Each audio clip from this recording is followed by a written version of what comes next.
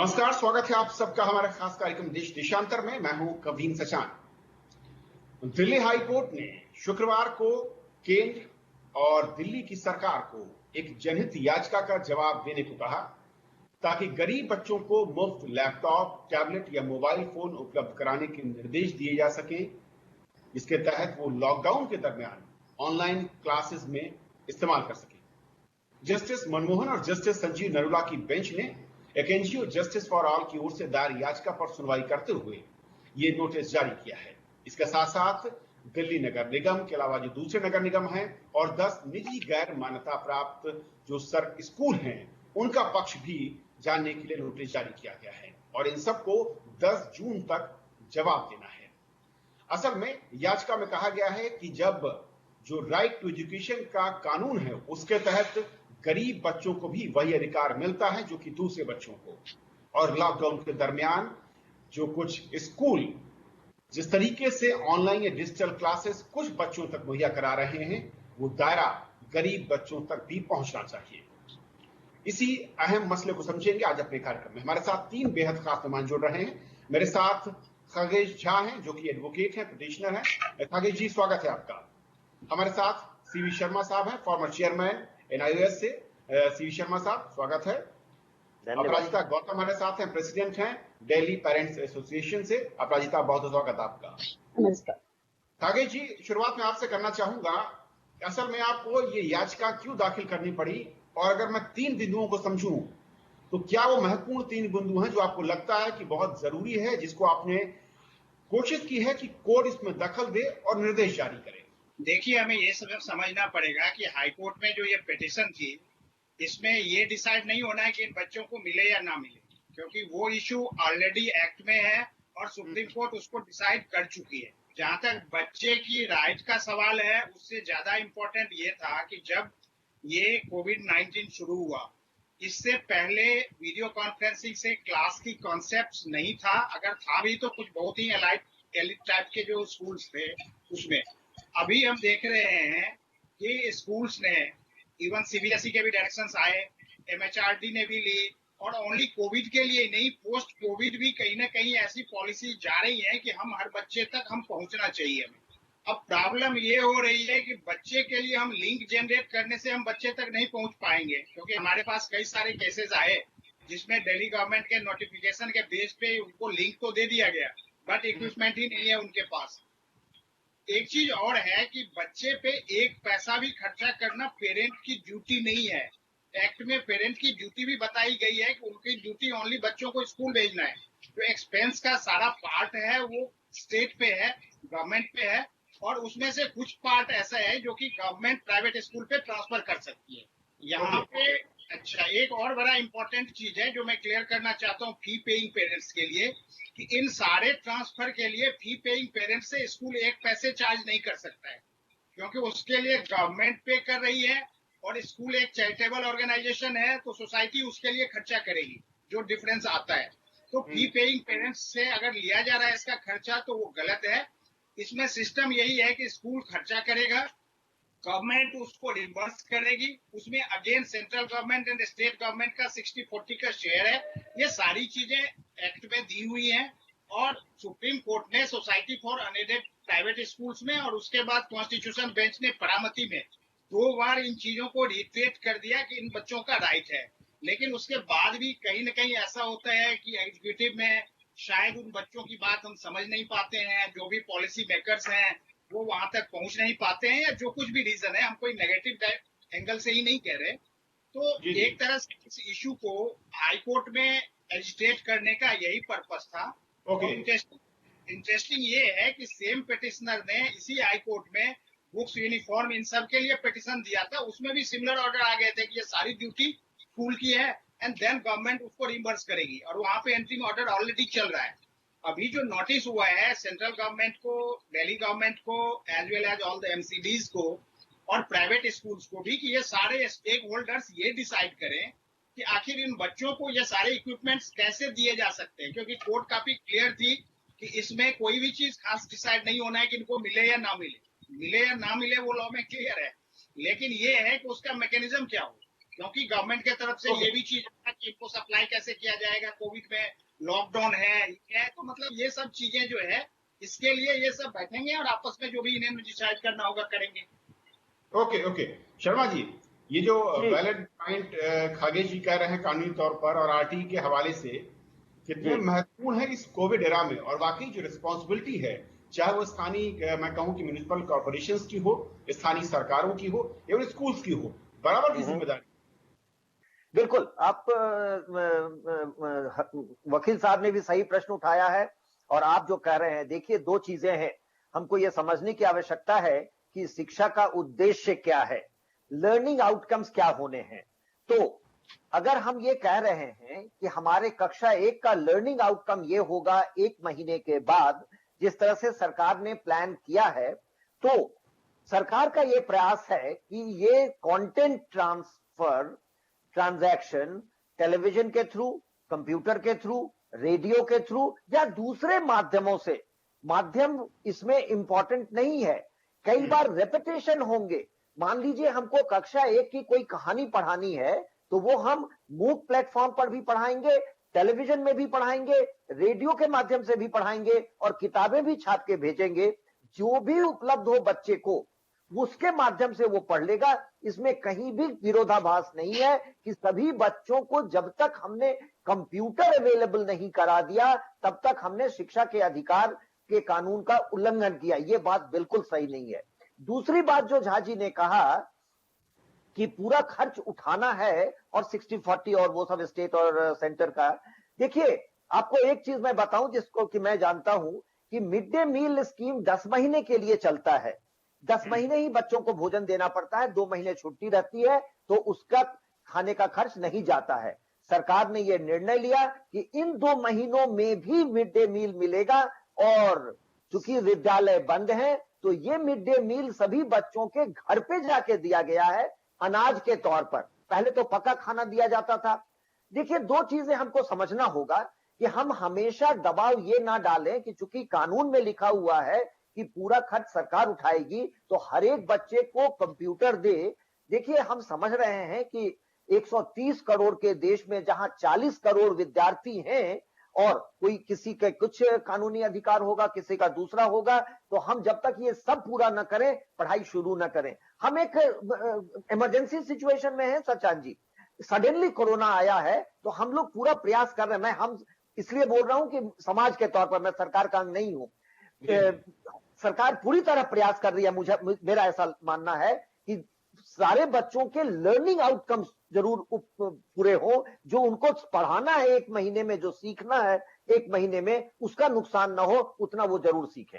Okay, अब राधिका मैं आपके पास आऊं, उससे पहले खागेल साहब शायद आप कुछ कहना चाह रहे हैं। जो शर्मा जी ने कहा कि अलग अलग मोड से बच्चों को शिक्षा मिल जाए, लेकिन जरूर नहीं कि हर एक को लैपटॉप या टैबलेट ही मुहैया कराया जाए।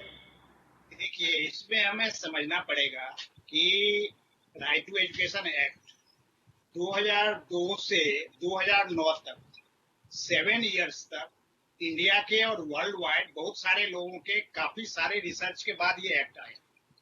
और जो हमारा कॉन्स्टिट्यूशनल फ्रेमवर्क भी है, ये 21A आप देखेंगे कि हाईकोर्ट ने भी उसको लिखा है कि आर्टिकल 21A का ये राइट है।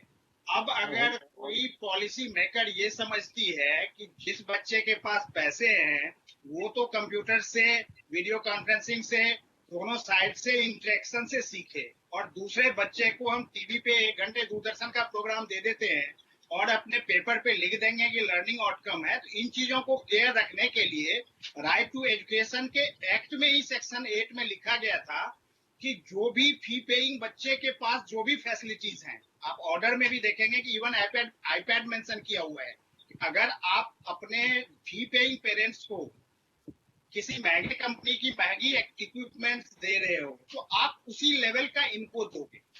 और दूसरी चीज होती है कि जब पार्ट 4 ऑफ कॉन्स्टिट्यूशन में कोई चीज आ गई, उसके बाद स्टेट की प्रायोरिटी नहीं रहती कि हम फंडामेंटल राइट को बाद में देखेंगे, अभी हम थोड़ा सा कुछ और कर लेते हैं। तो दैट्स वाई जो भी कर रहा है ये, अगर नहीं देने की बात है, गवर्नमेंट का इवन कोर्ट में भी स्टैंड था कि नहीं इन बच्चों को मिल रहे हैं। जी जी, गवर्नमेंट जी मैं खड़े साहब अपराजिता हमारे साथ, मैं चाहूंगा अपराजिता जी, दो चीजें जो बात है नहीं कह रहे हैं कि हर बच्चे को लर्निंग मिलनी चाहिए, शिक्षा मिलनी चाहिए इमरजेंसी सिचुएशन में, लेकिन जरूरी नहीं कि एक ही मोड हो।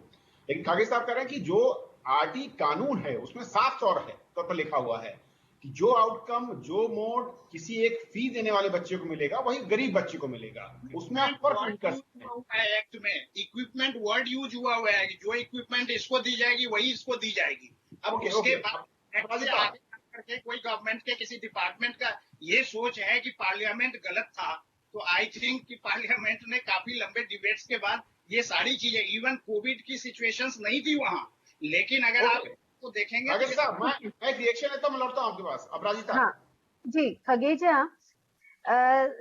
सर जो कह रहे हैं, देखिए सचिन सर, वो अपनी तरह से एज ए वकील वो सही कह रहे हैं।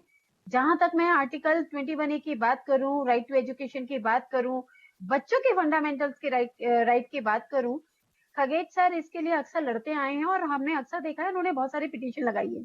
वहीं जहां पे शर्मा सर ने भी अपने पॉइंट्स रखे, मैं थोड़ा सा बीच का आपको रियलिटी बता देती हूँ। खगेश सर ने जहां पे ये बोला कि हमारे आर्टिकल ये कहते हैं, राइट टू एजुकेशन ये कहते हैं, अब अगर हम ग्राउंड की बात करें, रियलिटी की बात करें, राइट टू एजुकेशन एक्ट जो हमारा 10 साल पहले आया था, और कहीं नहीं जाते, हम एक दिल्ली, एक राजधानी को ले लेते हैं, हम कितना उसमें सक्सेसफुल हुए हैं। क्या कभी हम लोगों ने आंकड़ों के तरीके से ये जानने की कोशिश की? अभी खगेश सर ने, अभी हम लोग, मैं लैपटॉप और मोबाइल पे बाद में आती हूँ, छोटा सा एग्जांपल देती हूँ आपको।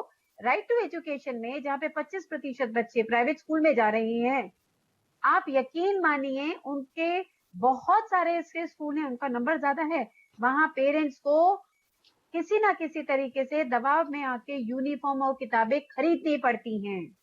अब वो साल दर साल जब पेरेंट खरीदता है, थक हार के वो पेरेंट अपने बच्चे को स्कूल से निकाल लेता है। ये तो रियलिटी है। और स्कूल उन बच्चों के नाम से, जैसे खगेश सर ने बोला कि 60-40 का रेशियो होता है, सेंट्रल और स्टेट गवर्नमेंट देती है, स्कूल उन बच्चों के नाम का पैसा तो हर साल ले रहा है, बट बच्चों को वो फैसिलिटी नहीं दे रहा है। खगेश सर, आपके पास भी बहुत सारी कंप्लेंट्स आती होंगी, किताबें नहीं मिल रही हैं, बुक्स नहीं मिल रही हैं, और बच्चों को यूनिफॉर्म नहीं मिल रही है। ये तो बात हुई हमने किताबें और इनकी यूनिफॉर्म की। अगर हम बात करें जो आपने पिटीशन लगाई, पहली बात तो मैं आपका तहे दिल से धन्यवाद करूंगी कि आपने उन बच्चों के लिए सोचा जो एजुकेशन पूरी तरीके से नहीं ले पा रहे हैं। आप उनको जो जिन बच्चों के पास फैसिलिटी है, आप उनके बराबर में लाना चाहते हैं। आपका तहे दिल से धन्यवाद। अब हम बात करते हैं प्रैक्टिकल की। देखिए, गरीब बच्चे के पास मोबाइल नहीं है, ये नहीं है, मेरा लॉ कहता है कि जो अमीर बच्चे के पास है उसी के बराबर देना है। सर, यहाँ पर कौन बैठ के सेट करेगा कि अमीर बच्चे के पास अगर एप्पल है तो सरकार क्या एप्पल प्रोवाइड करवाएगी? नहीं, सरकार एक आपका हो सकता है टैब प्रोवाइड करवा दे। बट जहां तक शर्मा सर की बात थी, फिलहाल आपको जून तक देना है। कोविड आप देख रहे हैं, धीरे धीरे लॉकडाउन खत्म हो रहा है, 2 महीना बीतने को आ गए। मेरा ये मानना है एज ए पेरेंट और एज ए एसोसिएशन प्रेसिडेंट कि भाई जो भी एक्शन होना चाहिए दैट शुड बी क्विक। हम सब आज की डेट में बैठ के आज हम डिबेट भी कर रहे हैं इस बारे में, बट आप मुझे बताइए, बच्चे के लिए तो मोटा मोटा 2 महीना खत्म हो गया ना। मेरा टैब कब आएगा, कब नॉर्म्स बनेंगे, कब सरकार इसमें एक्शन लेगी?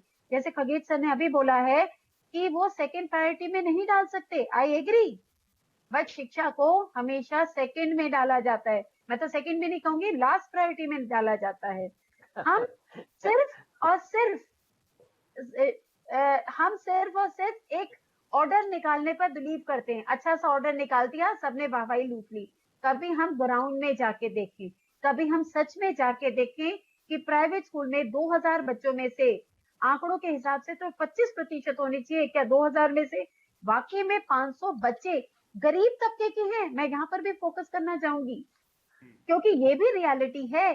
कुछ अमीरों के बच्चे सर्टिफिकेट बनवा कर पहुंच गए हैं अपना ईडब्ल्यूएस के खाते में, ईडब्ल्यूएस या ओबीसी में लेके चले। परेशानियां, लेकिन अमरजीता, मैं थोड़ा सा शर्मा सर, जो खगेश साहब कह रहे हैं टेक्निकली उस लॉ की बात बिल्कुल वो सही कह रहे हैं, क्योंकि कानून के जरिए ही इस अपील को आगे बढ़ा रहे हैं। लेकिन दो अलग अलग चीजें मैं थोड़ा सा वहां पर समझना चाह रहा हूं।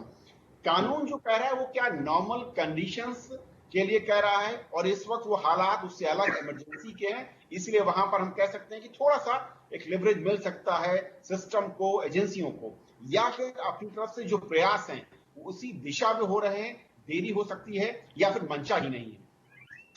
देखिए, मैं दो बातें कहूंगा। एक तो ये कि बेस्ट एजुकेशन, मैक्सिमम लर्निंग वो सोफिस्टिकेटेड गैजेट्स के माध्यम से होगा या हो सकता है, ये धारणा गलत है। सबसे बढ़िया लर्निंग एक क्लासरूम टीचर क्लास में खड़े होकर के पढ़ा के ही करा सकता है, और हम लोग सब जानते हैं। अब ये बात रही कि कुछ बच्चे टेक्नोलॉजी ऑगमेंटेड एजुकेशन ले रहे हैं, या फिनलैंड के बच्चे केवल टैबलेट लेके स्कूल जाते हैं। अभी ये भी एक्सपेरिमेंट के फेज पर है कि हम लोग ये तुरंत कूद के ना कहें कि चूंकि फिनलैंड में सारे बच्चे के पास टैबलेट है तो इंडिया में क्यों नहीं है। ऐसी बात नहीं है। हो सकता है कि समय के साथ ये प्रूव हो कि classroom teaching with a teacher, living teacher, best education होगा। अब जहां तक रही बात दूसरे सवाल का जो झाजी उठा रहे हैं कि अगर कुछ बच्चों के पास सोफिस्टिकेटेड गैजेट अवेलेबल है और वो उससे पढ़ रहे हैं या उनको दिया जा रहा है, तो वो गरीब को क्यों नहीं। मेरा पुनः मानना होगा, मेरा आग्रह भी होगा कि देखिए, रेडियो कुछ चीजें बेटर पढ़ाता है देन कंप्यूटर या टेलीविजन। बच्चों को, जो छोटे बच्चे हैं, मैं कई बार ये बात आजकल चल रही है, 3 साल से हम लोग बच्चों को विद्यालय में लाने का प्रयास कर रहे हैं, या अब न्यू पॉलिसी आएगा तो ये बात हो जाएगी कि 3 साल की उम्र से बच्चे ऊपर आएंगे। उन सबको ला करके हम कंप्यूटर के सामने बैठाएंगे, ये बिल्कुल गलत निर्णय होगा। तो मैं झाजी से कहूंगा कि झाजी ये पेडागॉग्स के ऊपर छोड़ दीजिए, विश्वास करिए शिक्षकों को और शिक्षाविदों को कि हम क्या चीज बेस्ट टेलीविजन से पढ़ा सकते हैं, क्या चीज बेस्ट रेडियो से पढ़ा सकते हैं। May be the most primitive technology can carry the best content in the best possible manner. तो मेरा यह कहना है कि कानून की दृष्टि में चूंकि राइट टू एजुकेशन ये कह दिया कि सबों को बराबर का गैजेट दिया जाएगा, हमें इंसिस्ट न करें कि सबके हाथ में, जैसा अपराजिता जी ने कहा, कि एक एप्पल ही होगा। नहीं, एप्पल से बेस्ट एजुकेशन होगा ये बात बिल्कुल अभी तय नहीं है, और सही बात है भी नहीं। हमको पेडागॉग्स को छोड़ना चाहिए, जो टीचर जो एजुकेटर्स हैं, कि वो कौन से गैजेट से कौन सा कंटेंट पहुंचाएंगे। मे भी छोटा सा कंपोनेंट ये होगा जो कि कंप्यूटर से होगा, पहली बात। दूसरी बात, तुरंत ये मत कहिए कि 2 महीने बच्चों का बर्बाद हो गया। ऐसे भी तो बच्चे 2 महीने छुट्टियों में रहते, अभी गर्मी की छुट्टियां होती, और बहुत अच्छा हुआ है। मैं आप सबों के माध्यम से यह बताना चाहूंगा कि देखिए, 100% क्लासरूम ट्रांजैक्शन से ही बच्चे नहीं सीखते हैं। The future of education is online education, life long education. तो ये 2 महीना हमारे भविष्य के शिक्षा का शायद टर्निंग पॉइंट होगा। आज हर एक शिक्षक और बच्चा दूरस्थ शिक्षा के माध्यम से, कुछ लोग रेडियो से, कुछ लोग टेलीविजन से, कुछ लोग कंप्यूटर से सीखने के आदी हो रहे हैं, जो पोस्ट कोरोना में इन्फ्लुएंस करेगा आपके एजुकेशन को। तो तुरंत इस कंक्लूजन पर जंप मत करिए कि जो बच्चा टेलीविजन के सामने नहीं बैठा है वो नहीं सीख रहा है। शायद जो बैठा है टेलीविजन के सामने में और ज्यादा समय लगा रहा है, वो एक दूसरे तरह के साइकोलॉजिकल प्रॉब्लम से, दूसरे प्रॉब्लम से सफर करे पोस्ट कोरोना। अभी एक्सपेरिमेंट के फेज पर हैं। शायद झाजी ही पोस्ट कोरोना ये कह के आए कि आपने सभी बच्चों को कंप्यूटर के सामने बैठा बैठा के बीमार कर दिया। एक मिक्सचर होना चाहिए, और मिक्सचर हो रहा है। मुझे ऐसा लगता है कि अभी दबाव में नहीं डालना चाहिए।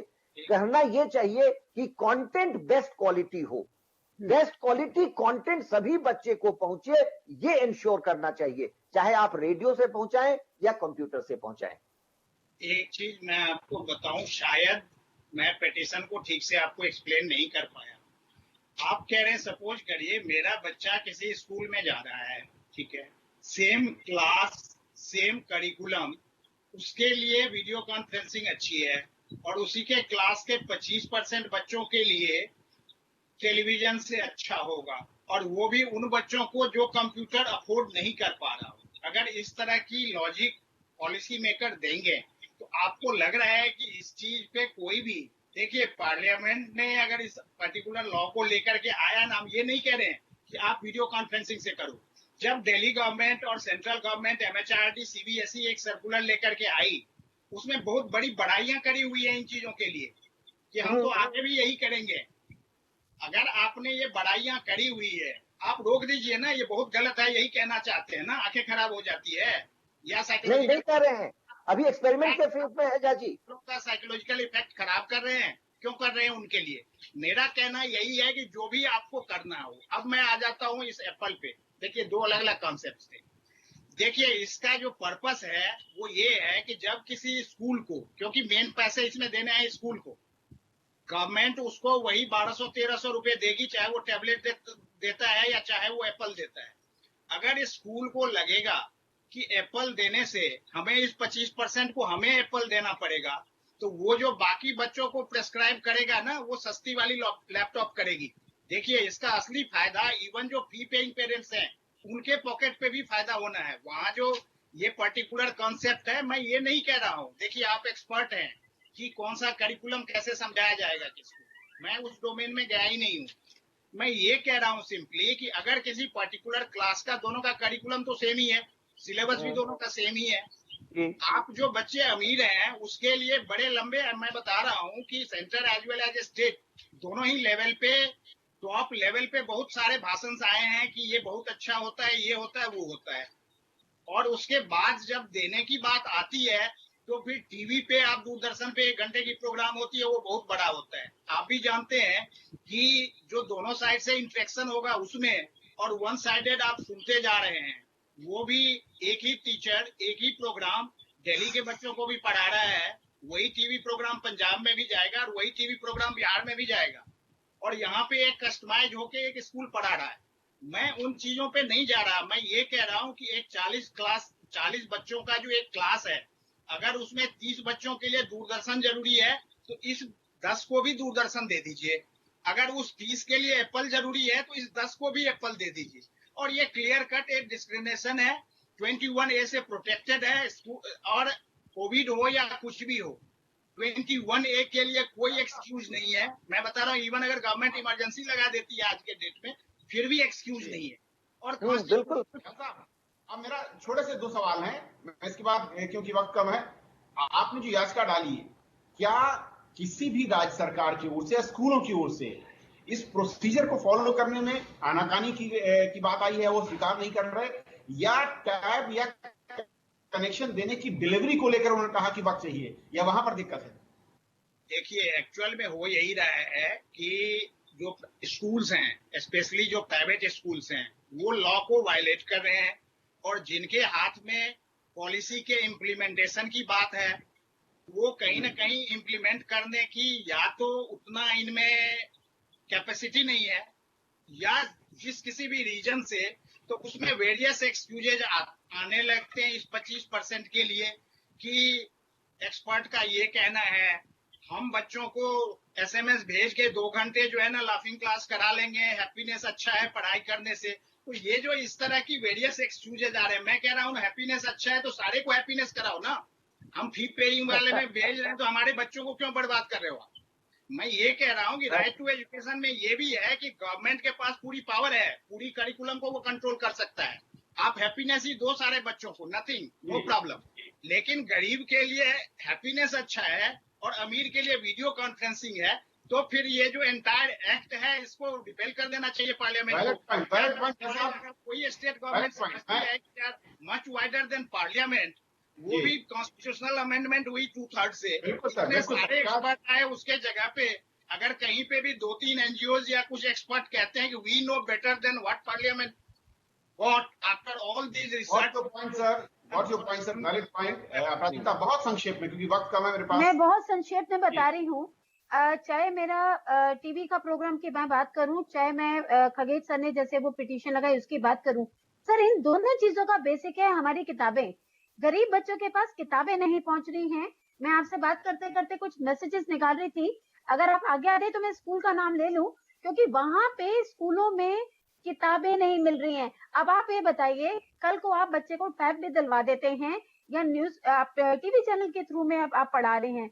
बच्चे के पास जब किताबें नहीं देगा स्कूल, माँ बाप को कहेगा कि किताबें खरीदनी है, तो आप मुझे बताइए ये आपका एप्पल दिलाना या टीवी चैनल के थ्रू पढ़ाना सब वेस्ट हो जाएगा सर। बच्चे के पास हार्ड कॉपी होनी चाहिए, जैसे शर्मा सर ने भी बताया। जब स्कूल किताबें नहीं दे रहा तो पहला स्टेप नहीं क्लियर हो रहा, तो हम सेकंड स्टेप की क्यों बात कर रहे हैं?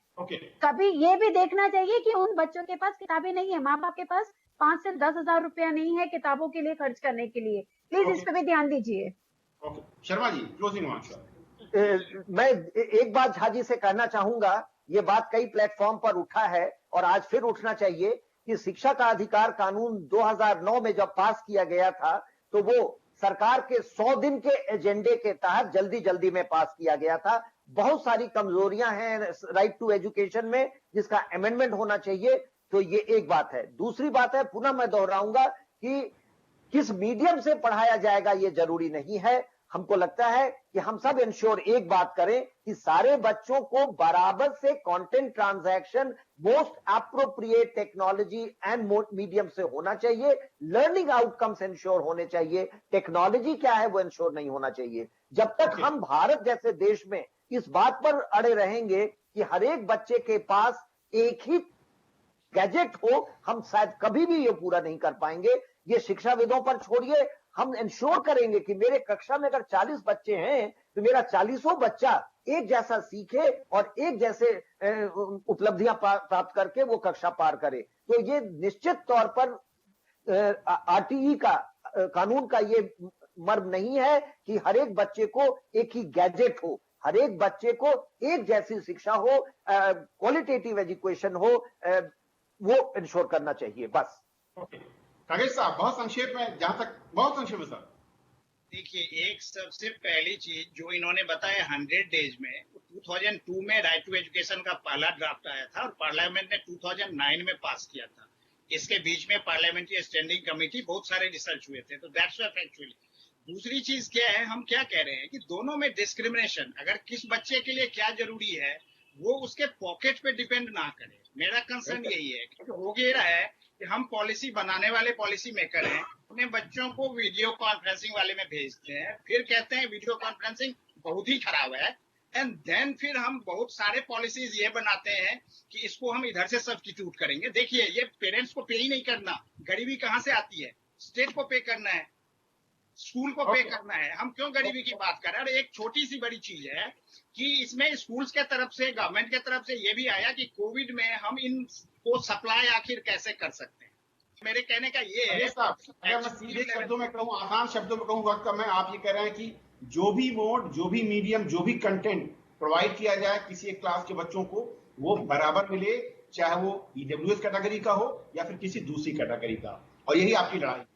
बहुत बहुत शुक्रिया आप लोग मेहमानों का। उम्मीद करता हूं कि सरकार है, इसको आप इम्प्लीमेंट कर दो। मैं कुछ नहीं कह रहा। बिल्कुल, मैंने जो आपने कहा कानून में लिखा है उसे इम्प्लीमेंट करना चाहिए। आप अदालत के दरवाजे पर गए हैं, लेकिन उम्मीद करता हूं कि अदालत के फैसले से पहले हमारी सरकारें, हमारे सिस्टम इसको संज्ञान में लेंगे और शायद इस पर उचित कार्रवाई करते हुए तत्काल उन बच्चों को भी लाभ दिलाने का प्रयास करेंगे जो कि ईडब्ल्यूएस कैटेगरी या गरीब कैटेगरी के बच्चे कहे जाते हैं, जिनके पास वो आधुनिक साधन नहीं है जिनका इस्तेमाल कुछ बच्चे आज के दौर में कर रहे हैं। आज फिलहाल इतना ही।